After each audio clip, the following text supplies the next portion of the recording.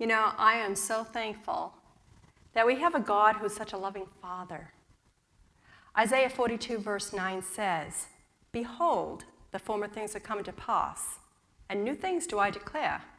Before they spring forth, I tell you of them." Today we're going to see how God is trying to tell us something before it happens. We're going to be comparing 3 different time periods. And let's see if we can see the parallels and connect the dots. But before we do, if you could bow your head with me as I pray, and please pray that God will put his words in my mouth. Let's pray.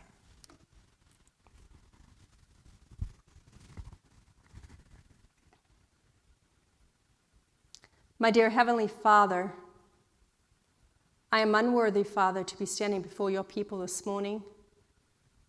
But I know, even though I am unworthy, Father, you are worthy. Even though I am weak, you are strong. Even though I am sinful, you are sinless. And even though I am unrighteous, you are righteous. And so, Father, I pray this morning that you will touch my mouth and that you will put your words in my mouth. May you be heard this morning through me, Lord. And Father, may you open our eyes and our ears and our minds and our hearts to the message that you have for us. For this is my prayer in Jesus' name. Amen.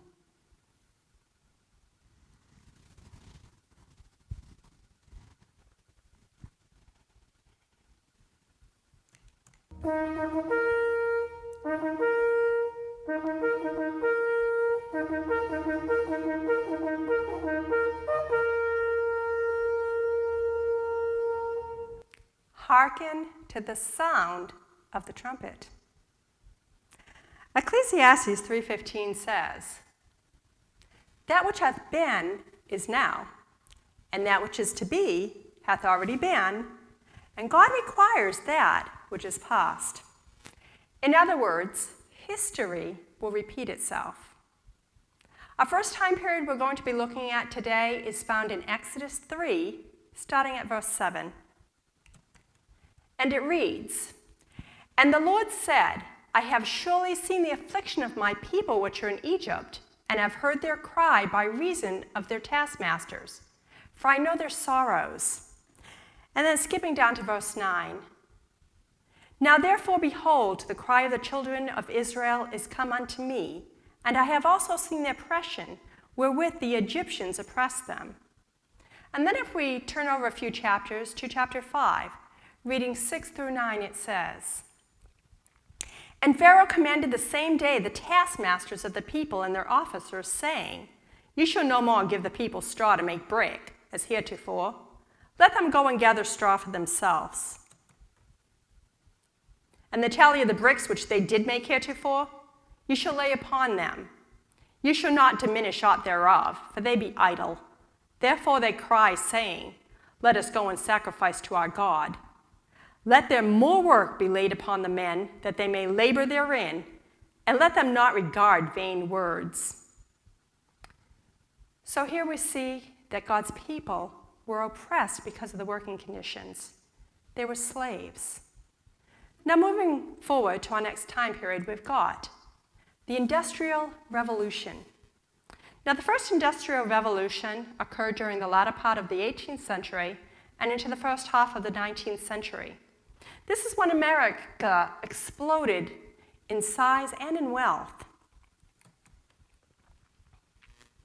Advances in technology created manufacturing jobs, and people moved to cities to work in the factories. Many Americans worked 12-hour days, 7 days a week, in harsh conditions. Even younger children under the age of 14 were not exempt. Oftentimes working in unsafe environments. These people were also oppressed due to working conditions. Bosses were raking in big profits by paying low wages for long hours, with virtually no sick days, no paid vacation days, and no health benefits. fed up with big business, industrial workers created unions to fight for better conditions. Unions are the backbone of the labor movement. Unions held strikes to demand shorter work weeks and an 8-hour workday to make time for family and relaxation. They also protested against child labor. The most famous strike was that of the Haymarket riots, which took place in Chicago on May 1, 1886, with thousands of people taking to the streets. Eventually, all those protests got results. In 1938, Congress passed the Fair Labor Standards Act, which set the 40-hour work week, regulated child labor, and set standards for minimum wage and overtime pay. And then in the 1930s and 1940s, workers were also able to negotiate health benefits from their employers. This brings us to our day. So what about the unions of today?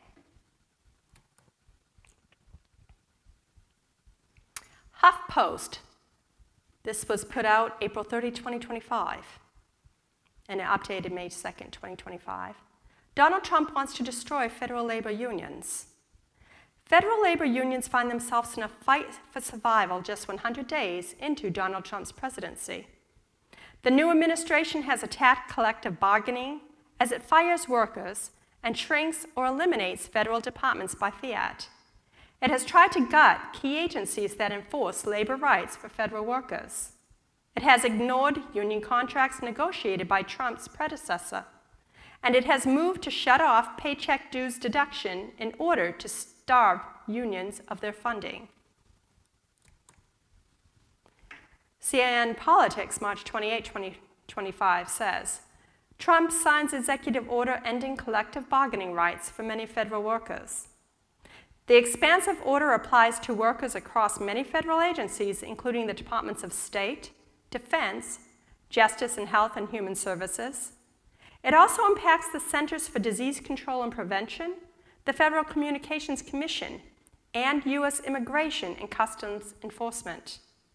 Now add to that the Department of Labor, the Department of Education, Veteran Affairs, Medicare, and Social Security.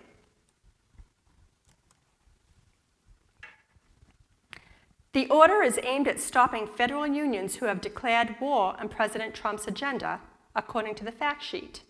It noted that the largest union, the American Federation of Government Employees, has filed many grievances to block Trump policies. Now, the American Federation of Government Employees represents more than 800,000 employees who condemn the move, noting that it affects the collective bargaining rights of more than 1 million federal employees. Nearly 1/3 of those are veterans. They are being helped, though, by the labor unions. The UAW's call for a 2028 strike, general strike, a national alarm clock. On January 22, 2024, Shawn Fain, president of the United Auto Workers, UAW, issued a historic call for a nationwide general strike on May 1, 2028. Speaking with unflinching clarity, Fain described a vision not just for labor solidarity, but for a structural reset of American priorities. And this is a little of what Shawn Fain had to say.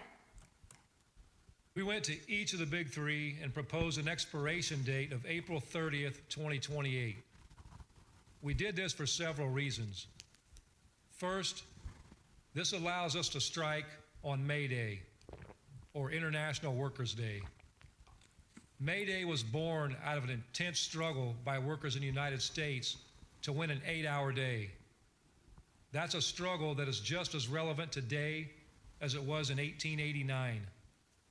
Even though May Day has its roots here in the United States, it is widely celebrated by workers all over the world.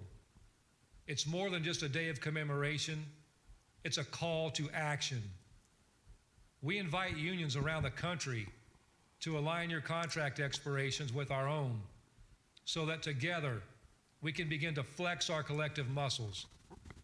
If we're going to truly take on the billionaire class and rebuild the economy so that it starts to work for the benefit of the many and not the few, then it's important that we not only strike, but that we strike together. So he's calling for unions around the country to align their expiration dates with their own, which is April 30, 2028, to allow them to strike on May 1, May Day.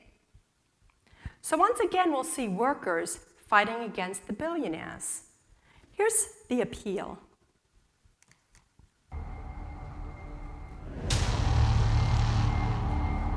We set a new contract deadline for May the 1st, 2028. We invite unions around the country to align your contract expirations with our own. We want a general strike. We want everybody walking out, just like they do in other countries. Together, we can begin to flex our collective muscle.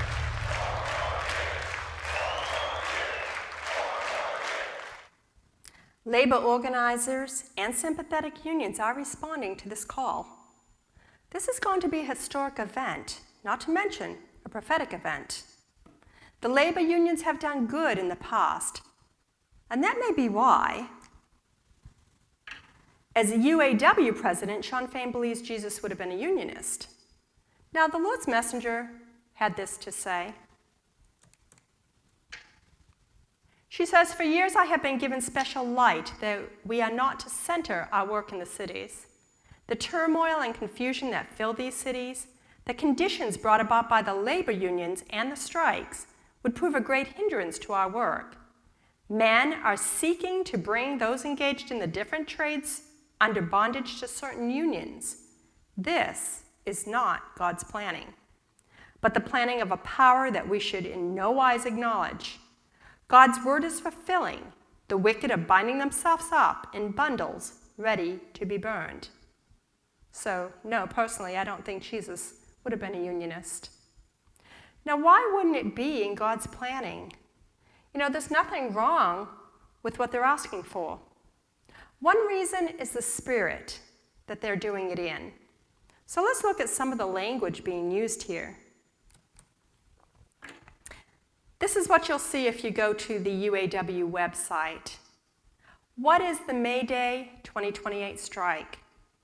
After the historic success of the stand-up strike in 2023, UAW President Shawn Fain called on the rest of the labor movement to join our union in preparing to strike on the May Day 2028. May Day is the International Workers' Day, and it's our opportunity to create a crisis for the billionaire class to win more for all of us. We know that when workers align their fights to the same timeline, we have more leverage than we do alone. What if we didn't just do that in a corporate chain or one union, but across the country and the labor movement? Now is the time to get ready to create that crisis for the bosses. And this is one of the bullet points they've got. It says, find our shared enemies. The billionaires use divide and conquer tactics to keep us smaller and weaker. Who can you link up with who has the same target?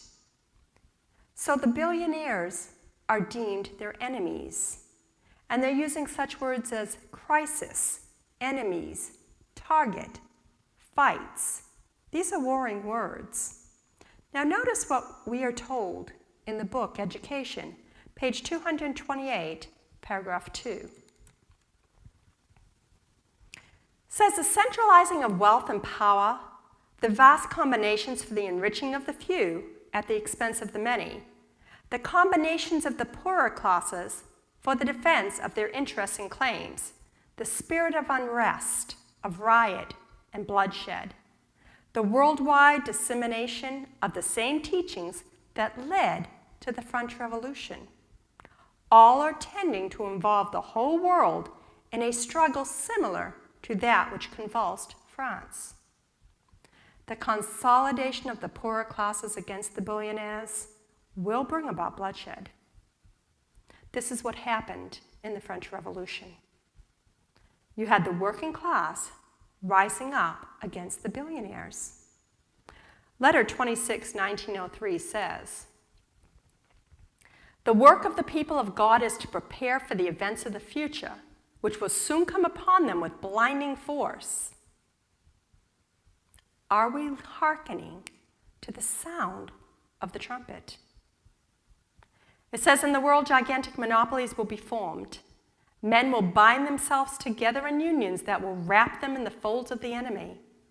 A few men will combine to grasp all the means to be obtained in certain lines of business. Trades unions will be formed, and those who refuse to join these unions will be marked men." So are monopolies forming? This is a partial list of store closures in 2025.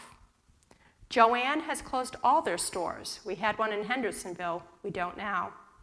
Dollar Tree is closing 30 stores. Big Lots has closed all their stores. We also had one of those in Hendersonville. That's no longer there. Family Dollar is closing 370 stores. Walgreens, 500 stores. Kohl's, 27 stores. Advanced Auto Parts, 700 stores. Party City has closed all their stores. Macy's, which has been around forever, is closing 66 stores. And Billabong has closed all stores. So these are well-known stores. Now looking at the blue highlight, it said trades unions will be formed, and those who refuse to join these unions will be marked men.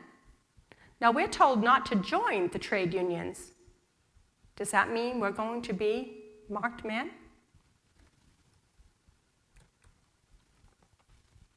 This comes from The Nation, May 1, 2025. May Day is a day for strikes. May Day was never just a celebration, a rally, or a march. It was also a day for workers to show their power, and it can be again.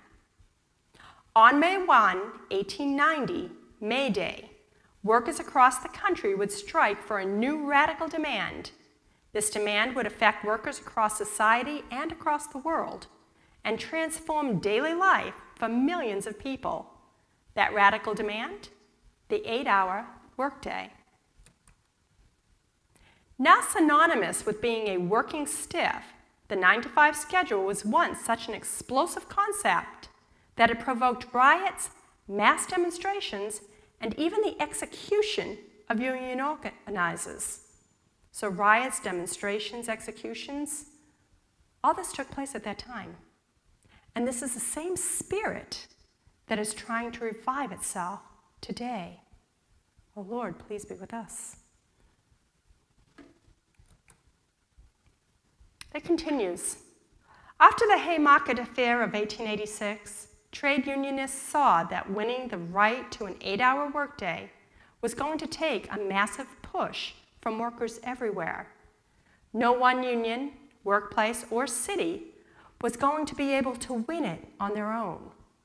And workers across the world heeded the call. Nearly 150 years later, the American working class is learning the lesson of May Day all over again, and the UAW is leading the fight to revive it. And just like the 8-hour workday, on May Day we seek to use the power of our labor to make our radical demand, a decent standard of living for the working class, common sense. Now notice that the first demonstrations took place in Haymarket Square, Chicago. Today, Chicago is one of the most violent cities in the United States. So let's take a closer look at what happened in Chicago in 1886.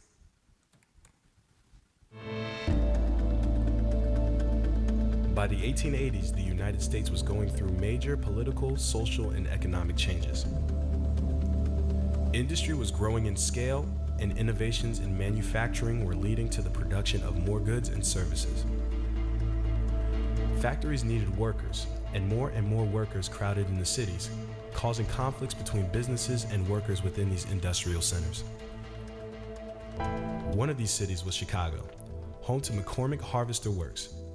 For years, the McCormick family had been locked in a battle with a heavily Irish faction of the factory's workers who were in a union and would often strike over wage cuts. Despite efforts to break union activity at the plant, the McCormicks only succeeded in driving many of the factory's disaffected workers to join outside labor unions. On May 1, 1886, Chicago unions were among those participating in a general strike to limit the workday to 8 hours, in an age where working 10 or more hours a day was commonplace. 2 days later, violence erupted between union and non-union workers at the McCormick factory after union workers discovered those who crossed the picket line had been given the 8-hour workday. During the skirmish, the police intervened, leaving 2 workers dead and others wounded.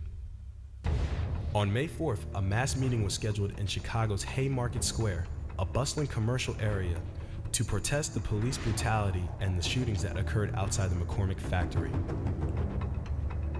Labor activists August Spies and Samuel Fielden, along with the political journalist Albert Parsons, were among those who gave speeches. At around 10:30 that evening, the police demanded that the meeting disperse. In the moments that followed, an unknown person threw a dynamite bomb into the crowd. Many were injured and a policeman was killed. The police retaliated. Shots were fired. Protesters were struck with clubs. By the time the crowd had dispersed minutes later, 73 policemen had been wounded. 6 of them died from injuries. 4 civilians were killed and at least 12 others were wounded.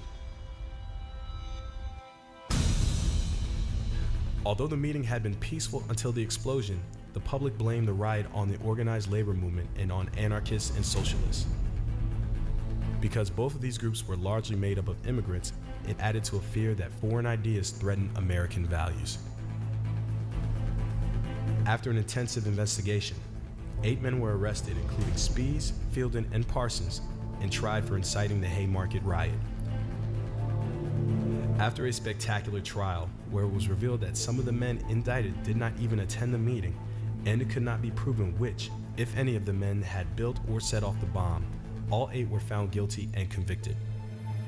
4 were executed. In the wake of the Haymarket riots, the labor movement suffered serious setbacks. Membership rapidly dwindled across the country, and for years, anti-union sentiment swept the nation. This event would serve as an example of the powerful tensions between business and workers in the industrial age.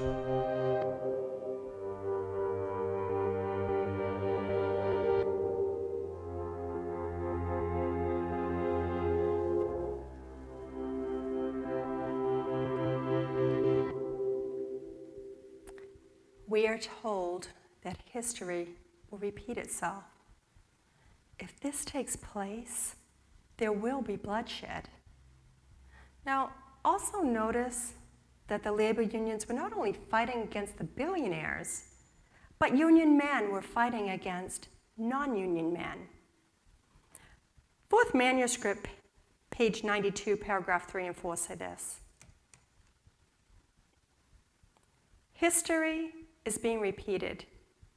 Men have a burning desire to rule men. The union men who have struck for higher wages by the destruction of property and their attempts to destroy life are plainly showing to what a pass men will come who are determined to carry out their own plans regardless of others. Many of the police will not come out and act their part. They're discouraged. What the end will be, the human mind cannot determine. And then that same manuscript, page 90, paragraph 1, she writes, satanic agencies are becoming more determined in the rebellion against God. The trades unions will be the cause of the most terrible violence that has ever been seen among human beings.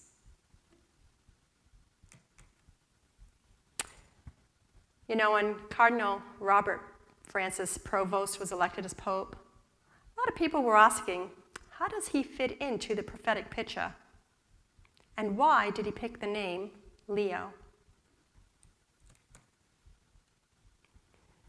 This is his first address to the College of Cardinals. He says, "Sensing myself called to continue in the same path," he's talking about the path of the universal church. He goes, "I chose to take the name Leo XIV. There are different reasons for this, but mainly because Pope Leo XIII, in his historic encyclical Rerum Novarum, addressed the social question in the context of the first great industrial revolution. In our own day, the Church offers to everyone the treasury of her social teaching in response to another industrial revolution and to developments in the field of artificial intelligence that pose new challenges for the defense of human dignity, justice, and labor." So we see that Rerum Novarum was one of the very first things that Pope Leo XIV talked about when he was elected.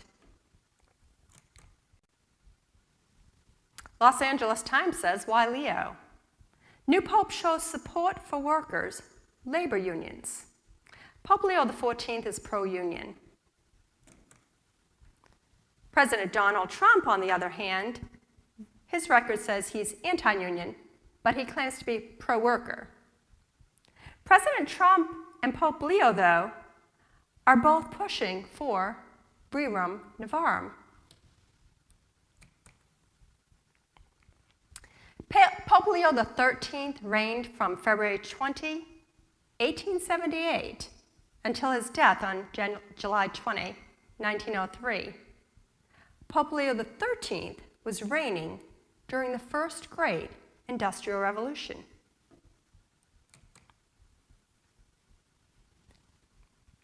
Now, his address caught my eye. There was a sense that caught my eye. It says, "In our own day, the church offers to everyone the treasury of her social teaching in response to another industrial revolution." Could this another industrial revolution be the one that may be coming up in 2028? Now, please note also that Pope Leo XIV is from Chicago, which was ground zero for the first industrial revolution. Are we hearkening to the sound of the trumpet?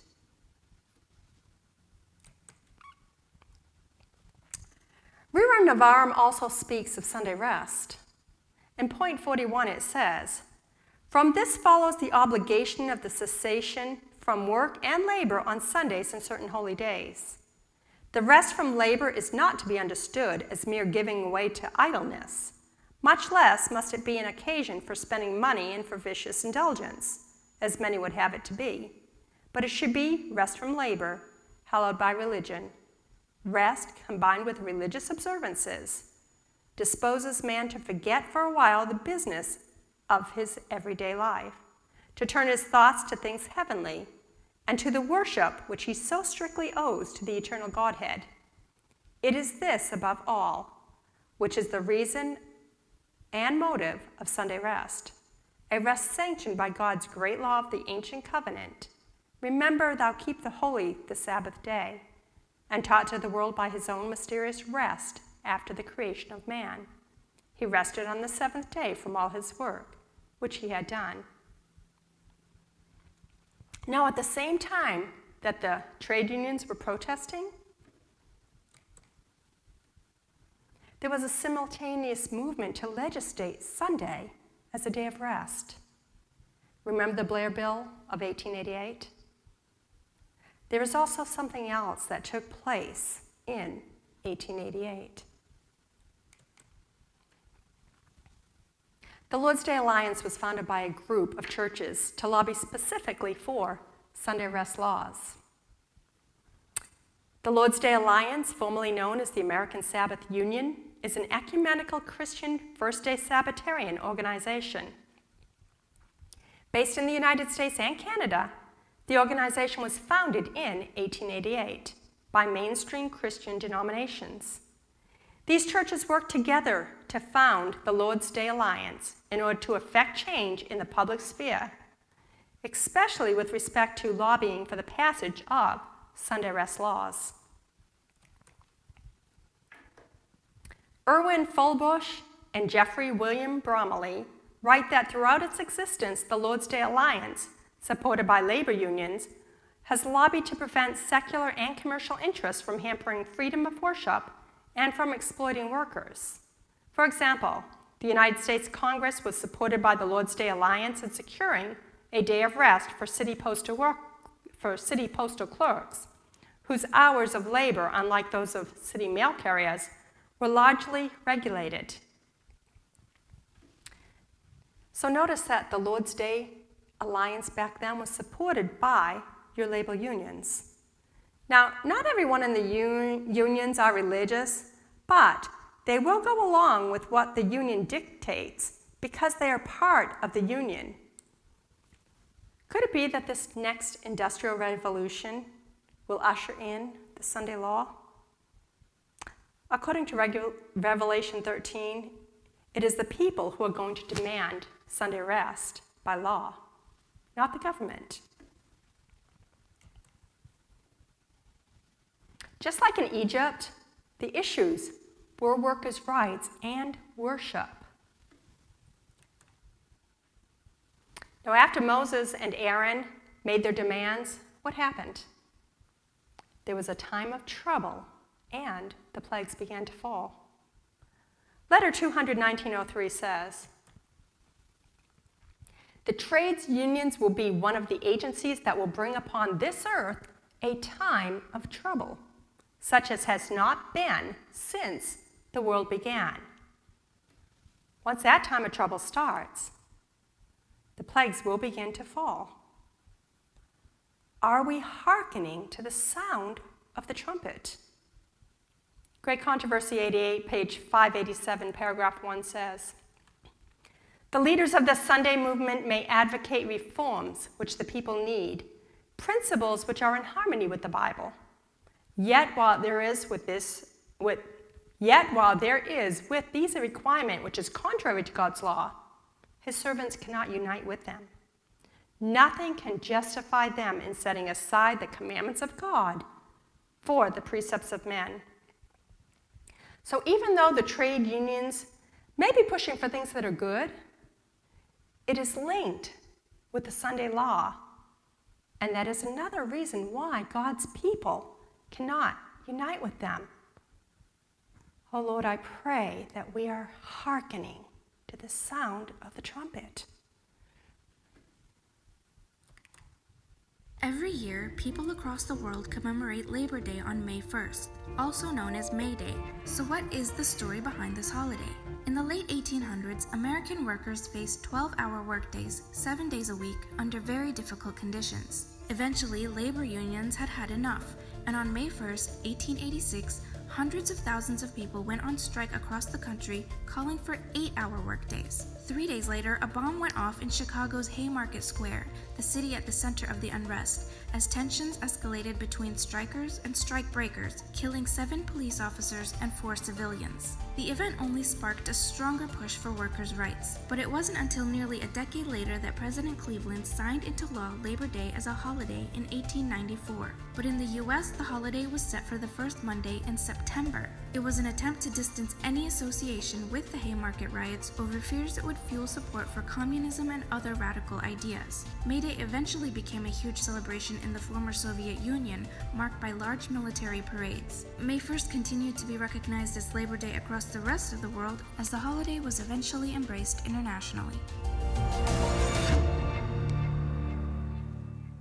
Now in that video, I wanted you to see where Labor Day was introduced. It was here in the United States. Today, it is celebrated all over the world as International Labor Day or International Workers' Day. The Sunday law will also begin here in the United States and then go internationally.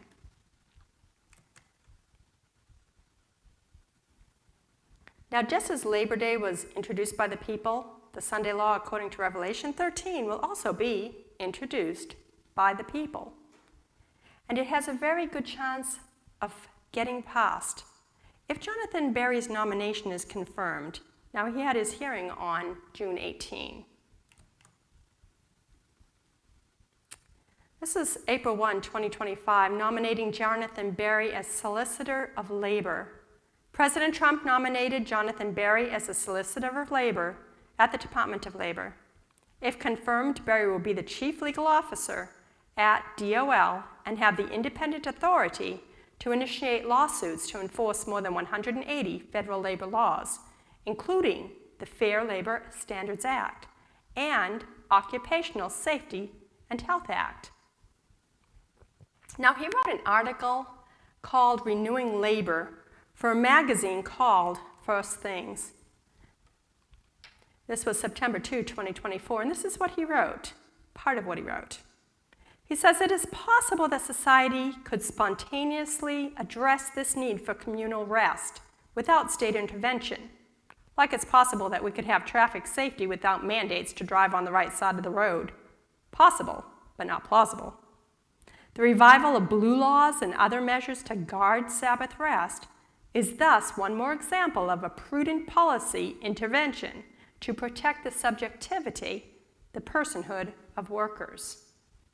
Now, Jonathan Berry, by the way, is the principal author of the Sunday Rest recommendations outlined in Project 2025, which seeks to amend the Fair Labor Standards Act and implement a communal day of rest, with Sunday designated as the default Sabbath. Are we hearing the sound of the trumpet?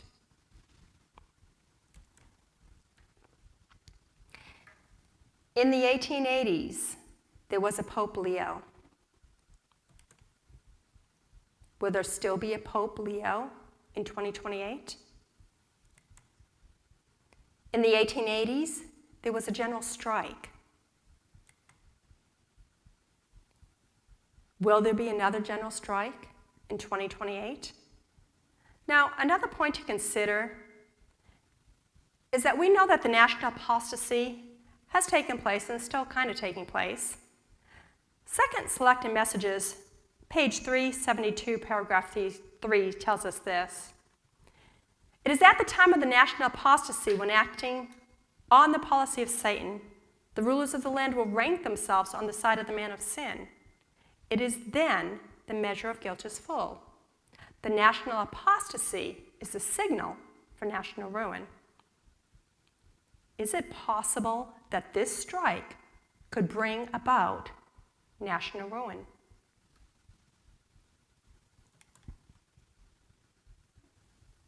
Another parallel. In the 1880s, there was a bill to legislate Sunday as a Sabbath.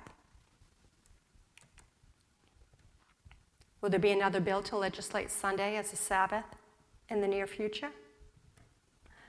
Exodus 12, verse 51 says, And it came to pass the selfsame day that the Lord did bring the children of Israel out of the land of Egypt by their armies. So after the time of trouble and the falling of the plagues, God delivered his people and brought them into a land flowing with milk and honey. Psalm 91:15 says, He shall call upon me and I will answer him. I will be with him in trouble. I will deliver him and honor him.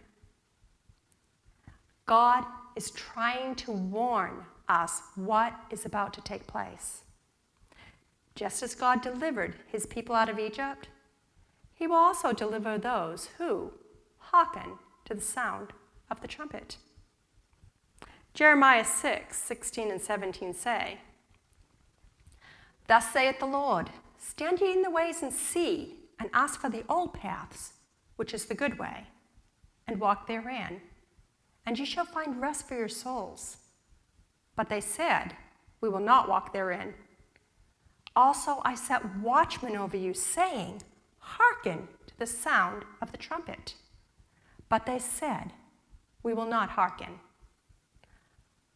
We do not want to be one of those who say, We do not walk therein, or we will not hearken. You know, we serve a God who loves us, and he wants to come and take us home. Not only are we to hearken to the sound of the trumpet, but we are to also blow the trumpet. Joel 2, verse 1 says, Blow ye the trumpet in Zion, and sound an alarm in my holy mountain. Let all the inhabitants of the land tremble, for the day of the Lord cometh, for it is nigh at hand. We need to be sharing the three angels' messages. This is the work that we as Seventh-day Adventists have been given to do. So not only should we hearken to the sound of the trumpet, but let us also be blowing the trumpet.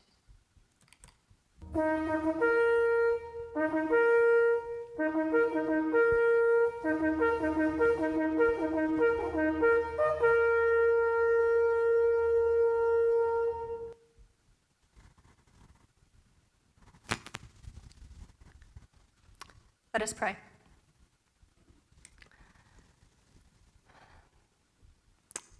You are a loving God. And Father, we are so thankful that you let us know things before they happen. Father, I pray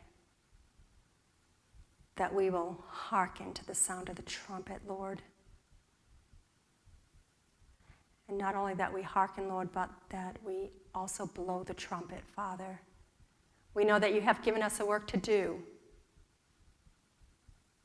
And we've been blessed by you doing that for us. So, Father, I pray that we will obey you and that we will do the work that you've given us to do. Oh, Father, we look forward to the day of your coming. And even though these are serious times that we're living in, Father, we know that things are going to get rocky before they get better. And so, Father, we pray for your strength. And we pray for that righteousness of Christ, Father. Give us that faith. Oh, Lord, we thank you so much. Be with us now, Lord, through the rest of this Sabbath day. And may we be blessed. And may we be a blessing. We ask all this in Jesus' name. Amen.